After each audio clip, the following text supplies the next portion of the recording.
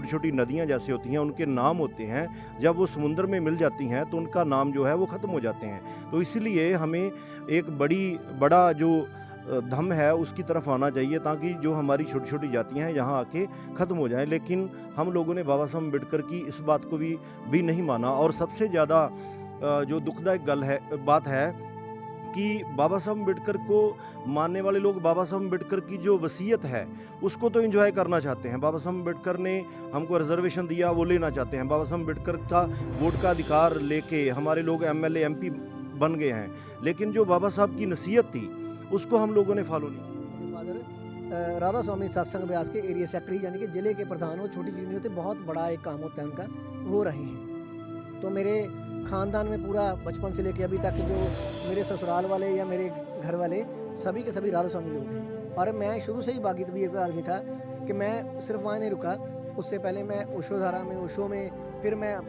2015 में यहाँ पे आ गया। तो उसके बाद मैंने कभी वहाँ पे नहीं गया। मैंने फिर बाबा साहब को ही सब कुछ समझना, पढ़ना और उनको अपना मार्गदर्शक मान के चलना शुरू किया। और चलते चलते मैं बुद्ध धम तक पहुँचा। लोग भी हैं, बहुत सारे ऐसे लोग भी हैं जो बाबा साहब अम्बेडकर की बहुत सारी जो उनका रिजर्वेशन का बेनिफिट लेके बड़े बड़े पदों पर पहुंच गए हैं, लेकिन वो जब धम्म की बात आती है तो वो बाबा साहब अम्बेडकर को इस दृष्टि से देखते हैं कि जैसे बाबा साहब उनके लिए कोई अनजान व्यक्ति हैं। तो वो एक बात कहा करते थे कि सिखों के साथ कोई इतना जुल्म नहीं होता जितना हमारे साथ है। मुस्लिम्स के बारे में कहते थे, क्रिश्चियनिटी के बारे में यही बात कहते थे, लेकिन हमारे बारे में वो कहते थे कि हिंदुओं के बारे में खासकर जब वो बात करते, हम भी हिंदू ही थे, तो वो कहते हैं कि हिंदुओं का पता ही नहीं है कि वो अगर वो हिंदू हैं तो उनका भगवान कौन सा है।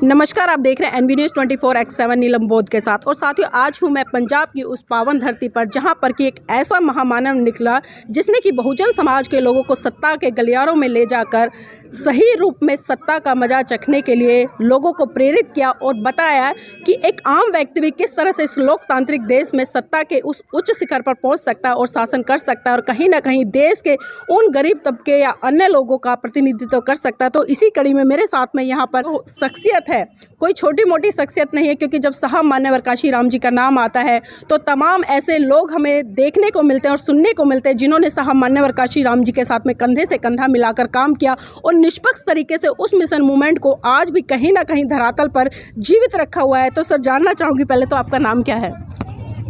Major Somnath, advocate. Major Somnath ji, आपने साहब मान्यवर काशीराम जी के साथ में काम किया है, तो जो लहर या जो जज्बा जिस तरह से साहब मान्यवर काशीराम जी के साथ में रहा और उनके तमाम साथ में जो कार्यकर्ता लगे हुए थे, तो वो समर्पण, वो त्याग आज के कार्यकर्ताओं में देखने को मिलता है? उस समय शायद कम था, लेकिन आज ज़्यादा है। लेकिन उस समय में और आज में फ़र्क है। साहब ने उस समय सबको इकट्ठा करके रखा हुआ था, ऑर्गेनाइज करके रखा हुआ था, लेकिन आज सब लोग, उसमें मैं भी शामिल हूँ, साहब काशीराम को याद करते हैं और उनकी हर बात को याद करते हैं, लेकिन अलग अलग बिखरे हुए हैं। तो जो कुछ उन्होंने हमें दिया था या जो शक्ति उन्होंने हमें पैदा की थी, वो शक्ति अब जो है ना वो बिखर गई है, एक तरह से बिखरती जा रही है। हो सकता है कि ये लीडरशिप की वजह से हो या कैसे भी हो। सर, जिस तरह से हम साहब मान्यवर काशीराम जी की बात करते हैं या उनका इतिहास पढ़ते हैं, लोगों से उनके बारे में चर्चा सुनते हैं, तो बहुत सारे लोग ये कहते नजर आते हैं कि साहब मान्यवर काशीराम जी अगर जिंदा होते तो वो बौद्धिज्म को अडॉप्ट करते ताकि लोगों में एक नई ऊर्जा का संचार होता। मैं 1987 से लेकर के 2002-3 तक साहब के साथ रहा हूँ। तो उनकी जो भी उनका प्रैक्टिकली वो बुद्धिस्ट थे, लेकिन लोगों में वो कभी उन्होंने वकालत नहीं की कि पे आप लोग बुद्ध बन जाओ, लेकिन वो अपने ढंग से लोगों को ये कहा करते थे कि बाबा साहब डॉक्टर अम्बेडकर जो है ना इस देश को बुद्ध में ही देखना चाहते थे। अगर हम लोग बुद्ध के रास्ते पर चलते हैं तो ये जो समस्या है, जाति की समस्या है, ये जो हम पर जो जुल्म हो रहे हैं, सितम हो रहा है हर रोज़, इससे निकला जा सकता है। क्योंकि हम बुद्धिस्ट हो जाएंगे तो हमारी एक अलग पहचान हो जाएगी। और अगर हम बुद्धिस्ट होते हैं तो फिर हम सिर्फ भारत में ही नहीं बल्कि दुनिया के नक्शे के ऊपर आ सकते हैं, और बाकी जितने भी बुद्धिस्ट देश हैं या ऑर्गेनाइजेशन है वो हमारी सहायता में आ सकते हैं। साथ में वो एक बात कहा करते थे कि सिखों के साथ कोई इतना जुल्म नहीं होता जितना हमारे साथ है, क्योंकि उनको मालूम है कि एक सिख के साथ अगर जुल्म होता है तो सारी सिख जो है ना, जमात जो है ना, उनके साथ खड़ी हो जाएगी। और यही बहुत सिख मुस्लिम्स के बारे में कहते थे, क्रिश्चियनिटी के बारे में यही बात कहते थे। लेकिन हमारे बारे में वो कहते थे कि हिंदुओं के बारे में खासकर जब वो बात करते, हम भी हिंदू ही थे, तो वो कहते हैं कि हिंदुओं का पता ही नहीं है कि वो अगर वो हिंदू हैं तो उनका भगवान कौन सा है, उनका कौन सा देवी है, कौन देवता है, क्योंकि बिखरा पड़ा है हिंदू समाज। और हमारे लिए तो ना हम हिंदू हैं, ना सिख हैं, ना कुछ भी नहीं है, तो हमारे ऊपर तो जुल्म होना ही है। और हमारा समाज जो है वो तकरीबन 6-7 हज़ार जातों में बटा हुआ है, जिसमें SC-BC की बात करते थे। तो यही एक हमारी कमजोरी है। लेकिन जब हम बुद्धिस्ट हो जाएंगे तो हम सब के सब इकट्ठे हो जाएंगे। तो ये बात वो किया करते थे। लेकिन मेरे जितनी देर मैं उनके साथ रहा हूँ, किसी स्टेज के ऊपर जलसे में उन्होंने ये बात नहीं कही कि आप लोग बुद्धिस्ट हो जाओ। जी, बहुत बहुत धन्यवाद सर हमारे साथ जुड़ने के लिए। और भी लोग हैं उनसे भी जानना चाहूँगी, क्योंकि कुछ सवाल मेरे रहेंगे, क्योंकि जिज्ञासा है। सर जानना चाहूँगी, जिस तरह से अभी साहब जी ने बात करी, और बाबा साहब भी अक्सर इस चीज़ को काफ़ी पीड़ा देखते थे, क्योंकि और बाबा साहब के तो सपने रहे थे कि एक तो भारत बौद्ध में हो और बहुजन समाज के लोगों के हाथ में सत्ता हो। लेकिन क्या बात है कि बाबा साहब के जाने के बाद आज बहुजन समाज ना तो सत्ता के गलियारों में पूरी तरह से पहुँच पाया और ना ही बुद्धिज़्म को अडॉप्ट कर पाया। तो बेसिक कमियाँ कहाँ हैं? अ, जय भीम नमो बुद्धाय। असल में जो बात आपने की है, जो बाबा साहब की ये स्टेटमेंट थी कि मैं भारत को बुद्धमय देश देखना चाहता हूँ और देश की सत्ता पे बहुजनों का राज देखना चाहता हूँ। असल में जैसे बाबा साहब अम्बेडकर कहते हैं ना कि विचार परिवर्तन ही हर परिवर्तन का मूल है, तो ये भी एक विचार था बाबा साहब अम्बेडकर का। लेकिन हम लोगों ने, जितने भी अम्बेडकराइट लोग हैं, शायद मैं समझता हूँ कि इस विचार का जो है हम बहुत ज़्यादा प्रचार जो है नहीं कर पाए। और दूसरी बात की जो सत्ता की प्राप्ति की बात करते हैं बाबा साहब अम्बेडकर, तो उसके लिए मान्यवर साहब ने एक बहुत बढ़िया सिद्धांत, जो तथागत गौतम बुद्ध का ही सिद्धांत था, कि मान्यवर साहब इस देश को अपने समाज को बहुजन बनाना चाहते थे। तो अभी भी हमारा समाज जो है बहुजन नहीं बन पाया है, हम जातियों में बटे हुए हैं। और बुद्ध धर्म की तरफ बाबा साहब अम्बेडकर का जो इशारा था, उसका सबसे बड़ा मोटिव यही था कि अगर हम धम्म में आ जाएंगे, छोटी छोटी नदियाँ जैसे होती हैं, उनके नाम होते हैं, जब वो समुद्र में मिल जाती हैं तो उनका नाम जो है वो ख़त्म हो जाते हैं। तो इसीलिए हमें एक बड़ा जो धम्म है उसकी तरफ आना चाहिए, ताकि जो हमारी छोटी छोटी जातियां हैं यहाँ आके ख़त्म हो जाएं। लेकिन हम लोगों ने बाबा साहब अम्बेडकर की इस बात को भी नहीं माना। और सबसे ज़्यादा जो दुखदायक बात है कि बाबा साहब अम्बेडकर को मानने वाले लोग बाबा साहब अम्बेडकर की जो वसीयत है उसको तो एंजॉय करना चाहते हैं। बाबा साहब अम्बेडकर ने हमको रिजर्वेशन दिया, वो लेना चाहते हैं। बाबा साहब अम्बेडकर का वोट का अधिकार लेके हमारे लोग MLA MP बन गए हैं। लेकिन जो बाबा साहब की नसीहत थी उसको हम लोगों ने फॉलो नहीं किया। और बाबा साहब की ये नसीहत थी कि मैं इस देश को बुद्ध में देखना चाहता हूँ। और हमारे लोगों को, जो हमारे पढ़े लिखे लोग भी हैं, बहुत सारे ऐसे लोग भी हैं जो बाबा साहब अम्बेडकर की बहुत सारी जो उनका रिजर्वेशन का बेनिफिट लेके बड़े बड़े पदों पर पहुंच गए हैं। लेकिन वो जब धम्म की बात आती है तो वो बाबा साहब अम्बेडकर को इस दृष्टि से देखते हैं कि जैसे बाबा साहब उनके लिए कोई अनजान व्यक्ति हैं। तो अगर कोई बाबा साहब अम्बेडकर की रिजर्वेशन का बेनिफिट ले रहा है, अगर उसका मतलब, अगर मैं कहूँ कि हमारा जो जितने भी लोग हैं बहुजन समाज के, हमारा घर जो है, हमारी रसोई जो है, वो बाबा साहब अम्बेडकर की अनुकंपा से चल रही है, तो हमें बाबा साहब अम्बेडकर के जो अंतिम शब्द हैं वो हमारे पहले शब्द होने चाहिए। और भारत को बुद्धमयी बनाने में हम लोगों को आगे आना चाहिए। और अगर हम इस बात पे, इस फील्ड में काम नहीं करते हैं, क्योंकि बाबा साहब अम्बेडकर ने सोच समझ के हमें धम्म दिया है। हम जब जातियों में बटे हैं, तो जब किसी दलित पे एट्रोसिटी होती है तो एक न्यूज़ लगती है कि दलित पर तशद्दुद हुआ। तो उसके लिए अगर पहले जो हमारे दलित समाज के लोग हैं उसमें भी जाति ढूंढते हैं कि किस जाति का था। अगर हम बुद्धिस्ट बन जाएं, अगर ये मैसेज लगे मीडिया के माध्यम से कि किसी बुद्धिस्ट पर एट्रोसिटी हुई है, तो मुझे लगता है कि इंटरनेशनल कम्युनिटी जो है वो भी हमारे पीछे जो है खड़ी हो जाएगी, और भारत में जो लोग हम लोगों पर अत्याचार कर रहे हैं, शायद उनकी हिम्मत नहीं पड़ेगी हम लोगों पर अत्याचार करने की। सर एक चीज़ और है, जिस तरह से हम देख रहे हैं आज जो देश में सिनेरियो बना है, क्योंकि हम धर्म की बात करें, धर्म की लड़ाई नहीं, आज सांप्रदायिकता की लड़ाई देखने को मिल रही है। तो क्या लगता है दो संस्कृतियों की जो लड़ाई है उसको किस तरह से देखते हैं कि जो भारत बौद्धमय होने के कगार पे है या आगे हो पाएगा, तो इन चीज़ों को किस तरह से देख रहे हैं आप?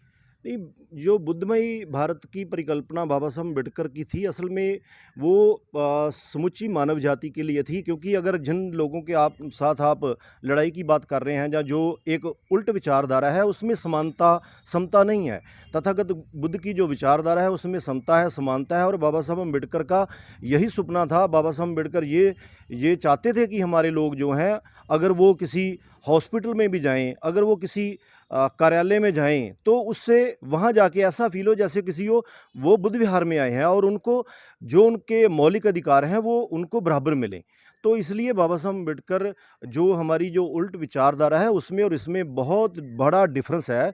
वो ये हमारी विचारधारा, जो तथागत बुद्ध की विचारधारा है, वो समता, समानता, भाईचारे के ऊपर टिकी हुई है, और सबसे बड़ी बात कि वो तर्क पर टिकी हुई है, और वैज्ञानिक दृष्टि से वो जो सर्वमान्य है। और जो दूसरी विचारधारा है वो मतलब उसमें वहम भरम है, और ऊंच नीच का भेदभाव है, उसमें मेल फीमेल का भी भेदभाव है। तो यहाँ हमारा एक स्लोगन भी है कि बुद्ध धर्म की क्या पहचान, मानव मानव एक समान। तो इसी कड़ी में मेरे साथ में सर भी हैं, उनसे भी जानना चाहूँगी सर, जिस तरह से आज बुद्धिज़्म की बात होती है खासकर पंजाब की धरती में, तो पंजाब के लोग किस तरह से बुद्धिज़्म को आगे बढ़ाने के लिए काम कर रहे हैं? सो फार एज मैं गुरदासपुर से ही बात शुरू करूँगा। पूरे पंजाब में अलग अलग जगहों पे अपने अपने तरीके से लोग बुद्धिज़्म को आगे बढ़ाने के लिए चल रहे हैं, काम कर रहे हैं। लेकिन हम लोगों ने थोड़ा बेहतर इनिशिएटिव इसलिए ले पाए कि यहाँ पे जो हमारे लोग हैं, जो अम्बेडकराइट थे बेसिकली, उन लोगों को हमें जब बाबा साहब को मानना है तो बाबा साहब की कही हुई बात को भी मानना है। तो हम लोगों ने तो उनका वो शब्द ही मानना पहले मुनासिब समझा कि अगर हम लोग उनकी पहली वाली कही बात में कंट्रीब्यूट नहीं कर पा रहे, हम सत्ता के करीब नहीं पहुंच पा रहे, तो उनका जो दूसरा कहा हुआ कथन है हम उसके लिए ही काम करें। तो इस नज़रिए से हमारी जो सारी टीम थी उसने ये इनिशिएटिव लिया, और इस जगह को हमने बुद्ध विहार भी बनाया है, और अब अपने तरीके से जैसे जैसे हमें समझ बढ़ रही है तो इस धम को लेकर आगे भी बढ़ रहे हैं। और मुझे लगता है कि हम गुरदासपुर जो है, जिसको माझा एरिया बोला जाता है, ये माझा एरिया का बुद्ध विहार, और ये पहला बुद्ध विहार है इस पूरे रीजन में। तो हमारे लिए तो अभी ये शुरुआत है, और मैं उम्मीद करता हूँ कि हम बहुत अच्छा करेंगे फ्यूचर में। सर जिस तरह से आप लोगों ने यहाँ पर शुरुआत की और बौद्ध विहार का भी निर्माण यहाँ पर किया है और लगातार लोगों को जगाने का काम कर, तो अन्य लोग हैं, क्या उनका विरोध करना पड़ रहा है या इजीली काम कर पा रहे हैं? देखिए, विरोध तो हमेशा रहते ही हैं। यहाँ पंजाब में कुछ कल्चर इस तरह से डेवलप हो गए हैं कि मैं पहले भी कहता हूँ कि यहाँ व्यक्तिवादी विचारधारा जो है ना, कि सिर्फ अपने बारे में सोचने वाला विचार, उसी को ही आगे बढ़ाया जा रहा है। वो चाहे कोई धार्मिक डेरे हों, चाहे वो धार्मिक संस्थान हैं, या दूसरे धर्म भी हैं जितने भी। लेकिन बुद्ध धर्म ही ऐसा धर्म है जो अपने कल्याण की बात तो करता ही है, लेकिन संपूर्ण मानव जाति के कल्याण के लिए वो अग्रसर है। और वो जो भगवान बुद्ध की जितनी भी देशनाएं हैं वो संपूर्ण मानव जाति के और मैं समझता हूँ मानव जाति से भी बढ़ के वो पूरे संसार के कल्याण के लिए, उसमें तो इवन पशु पक्षी भी और दूसरी चीज़ें भी आ जाती हैं। जी धन्यवाद सर। तो जैसे अभी तो हम बिल्कुल एक शुरुआती दौर में हैं कि ये अपने आप में बोधिसत्व डॉक्टर अम्बेडकर बुद्ध विहार गुरदासपुर जो है, ये पंजाब के माझा रीजन का पहला बुद्ध विहार है आज़ादी के बाद, या ऐसे कहें कि जब से दोबारा पुनरुत्थान शुरू हुआ है बुद्धिज़्म का।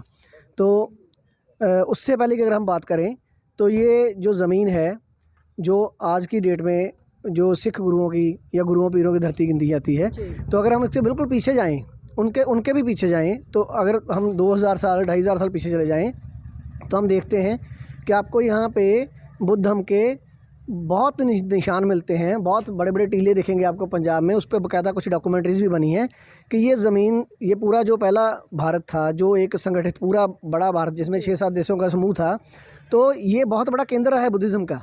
हम उस पर आते हैं पहले कि आप देखेंगे हर्षाशीना अमृतसर में पड़ता है, पट्टी है, जलंधर है, और अब तो संघोल जो कि वर्ल्ड फेमस साइट बन चुकी है। कि आप देखिए इतने बड़े एविडेंस पड़े हैं कि ये ज़मीन, ये बौद्ध सभ्यता से लबरेज थी, और यहाँ पे बौद्धों का बहुत बड़ा एक इरा है जो वो रहा है कि एक पूरा दूसरे देशों के साथ जो एक लेन देन आदान प्रदान शिक्षा का, बिज़नेस का, वो चलता था यहाँ से चाइना के साथ। यहाँ पे हमारे विहार थे। और अगर हम थोड़ा सा इधर जम्मू कश्मीर में चले जाएं तो अम्बारा साइट है अखनूर में, वो भी लगभग 2200 साल पुरानी साइट है, वहाँ भी यही के विहार था वहाँ पे। सो अभी उसको दोबारा पुनर्जीवित करते हुए ये विहार की जो स्थापना यहाँ पे हुई है, तो हम महसूस करते हैं कि सबसे बड़ी प्रॉब्लम क्या है कि लोगों को जो रिवायती कर्मकांड और वो आत्मा परमात्मा, स्वर्ग नरक मोक्ष का जो मकड़ जाल है, वो जो छूटना बहुत मुश्किल है, क्योंकि आप जानते हैं कि ये मानसिक गुलामी की निशानियां हैं। तो मानसिक गुलामी से निकलने के लिए सबसे पहले तो व्यक्ति का खुद का जो तैयार होना ज़रूरी है कि मैं ये गुलामी छोड़ने को तैयार हूँ। और वो खुद ही अगर इस बात को कबूल लेता है कि मान के चलता है, जैसे पीढ़ी दर पीढ़ी चलता है कि जो मेरे परिवार में होगा वो मुझे मिलेगा, तो अगर मेरे परिवार में होते हुए अगर मैंने उसको छोड़ा है, तो उसमें कहीं ना कहीं मेरे एक प्यास थी मन में खुद के कि मुझे ये समझ लगनी शुरू हो गई। कैसे कि मैंने बाबा साहब अम्बेडकर को पढ़ा, मैंने साहिब कांशीराम को पढ़ा, मैंने उसके बाद धम्म को भी थोड़ा बहुत पढ़ा, और जो यहाँ का पढ़ा लिखा वर्ग है, या जो सभी कहीं ना कहीं जुड़े हैं, किसी न किसी धर्म से जुड़े हैं, किसी न किसी डेरे से जुड़े हैं, तो उनका जो बेसिक स्ट्रक्चर है वो बिल्कुल धर्म से अलग है। उनका सोच, उनका जीवन का जो क्रियाकांड या हम बोलते हैं, वो सारा कुछ ही, वो सारा का सारा एंटायरली डिफरेंट है। तो सबसे बड़ी बात तो यही कि कोई चीज़ जो चलेगी वो तभी चलेगी जब धर्म की शिक्षा का प्रचार प्रसार होगा। तो उसके लिए वो शिक्षा वाले, हमको शिक्षा देने वाले जो धर्माचार्य हैं, श्रामणेर हैं या भिक्षु हैं, तो वो चाहिए। किसी भी विहार की जीवंतता के लिए वहाँ पे भिक्षु का होना अनिवार्य है, और वो भी उस भाषा में अवेलेबल चाहिए, उसी नेटिव लैंग्वेज जो है, तो पंजाबी वाले चाहिए। तो अभी सबसे पहले तो वही तैयारी है कि जो लोग इस विहार को बनाने वाले हैं उनको खुद को उस तरह की तैयारी करके खुद तैयार होके, वो सारे शिक्षा से लैस होके, फिर धर्मचारिका है, लोगों तक जाना है। तो जब उनके पास जाएंगे, उनकी बातें सुनेंगे, उनकी समस्याओं का निदान करेंगे, उनको बताएंगे कि सच्चाई क्या है, कि ऐसा कुछ नहीं है कि आपको सदियों से एक डर में बिठा के रखा है कि आत्मा परमात्मा है तो वहाँ पे स्वर्ग है, तो वहाँ पे जाना है तो वो किसी के माध्यम से जाना होता है, जबकि तथागत तो ऐसा कुछ नहीं कहते हैं। वो तो अपने जीवन की सारी जो प्रोग्रेस है वो अपदीपो भव पे कहते हैं। तो हमें उस चीज़ को, उस आइडिया को लोगों में पहुंचाना है। वो पहुंचेगा तो लोग अपने आप जागृत होंगे। जी सर, जब हम परिवर्तन की बात करते हैं, क्योंकि परिवर्तन हम किसी भी दिशा में करें तो कहीं ना कहीं हमें बहुत सारी समस्याओं का भी सामना करना पड़ता है और विरोध भी होता है। तो जानना चाहूँगी, जब बुद्धिज़्म की तरफ आप आए, परिवार में पहले व्यक्ति थे या आपसे भी पहले लोग बुद्धिज़्म को समझ चुके थे या उसकी तरफ बढ़ चुके थे? नहीं, मैं अपने परिवार में पहला व्यक्ति हूँ। अच्छा, पहले व्यक्ति हैं, तो ये भी जानना चाहूँगी परिवार की तरफ से किसी तरह का विरोध रहा हो या कोई प्रतिक्रिया हो या ईज़िली स्वीकार किया लोगों ने? उससे पहले पता क्या हुआ कि मैं 2015 में डॉक्टर अम्बेडकर मिशन गुरदासपुर से जुड़ा। तो यहाँ पे आने के बाद मेरे पेरेंट्स, मैं बता देना चाहता हूँ कि मेरे फादर राधा स्वामी सत्संग ब्यास के एरिया सेक्रेटरी यानी कि ज़िले के प्रधान, वो छोटी चीज़ नहीं होती, बहुत बड़ा एक काम होता है उनका, वो रहे हैं।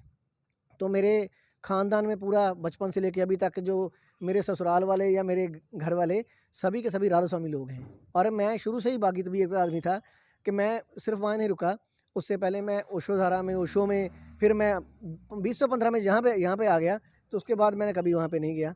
मैंने फिर बाबा साहब को ही सब कुछ समझना, पढ़ना और उनको अपना मार्गदर्शक मान के चलना शुरू किया, और चलते चलते मैं बुद्ध धम्म तक पहुँचा। तो उनकी तरफ से ये ज़रूर रहता है कि देखिए विचारधारा का डिफरेंस तो है। जब हम बैठते हैं, बात करते हैं, तो अब उनको मैं समझा नहीं सकता, वो बदलेंगे नहीं, उनके बदलने का फ़ायदा भी कुछ नहीं हुआ मुझे ज़्यादा। कम से कम यही इतना हो जाए कि वो मुझे करने दें, तो इतनी सुविधा मुझे मिल जाए तो मैं समझूंगा ये बड़ी लिबर्टी उनकी तरफ से। लेकिन हाँ, मैं जो बढ़िया बात कर पाया उसमें, मेरे मिसेस भी राधा स्वामी बता देता हूँ, मुझसे पहले दीक्षा ले ली थी उन्होंने 2004 में शायद, तो तब तो हम 15 से बहुत पीछे थे।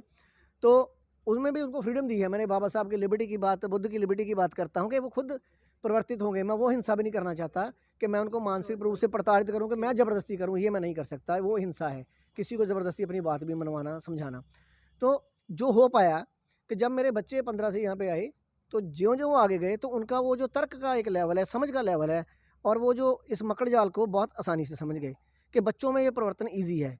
तो वो परिवर्तन मेरे परिवार में आया। मेरे पेरेंट्स की तरफ से मुझे ज़्यादा प्रॉब्लम नहीं हुई है। हाँ, इतना ज़रूर है कि जब मैं ज़्यादा टाइम देता हूँ, तो घर में एक उथल-पुथल हो जाती है कि आप सारा दिन वहीं रहते हो या ऐसे काम करते हो। तो मेरे मिसेज़ जो हैं मुझसे थोड़ा ऑब्जेक्शन करते हैं, ये प्रॉब्लम है। लेकिन फिर भी अगर हो पा रहा है, तो मैं सारा श्रेय उन्हीं को देता हूँ कि वो घर को सँभालती हैं, मेरे पेरेंट्स को सँभालती हैं, मेरे बच्चों को सँभालती हैं, तो फिर हम ये काम कर पा रहे हैं। जी, बहुत बहुत धन्यवाद सर।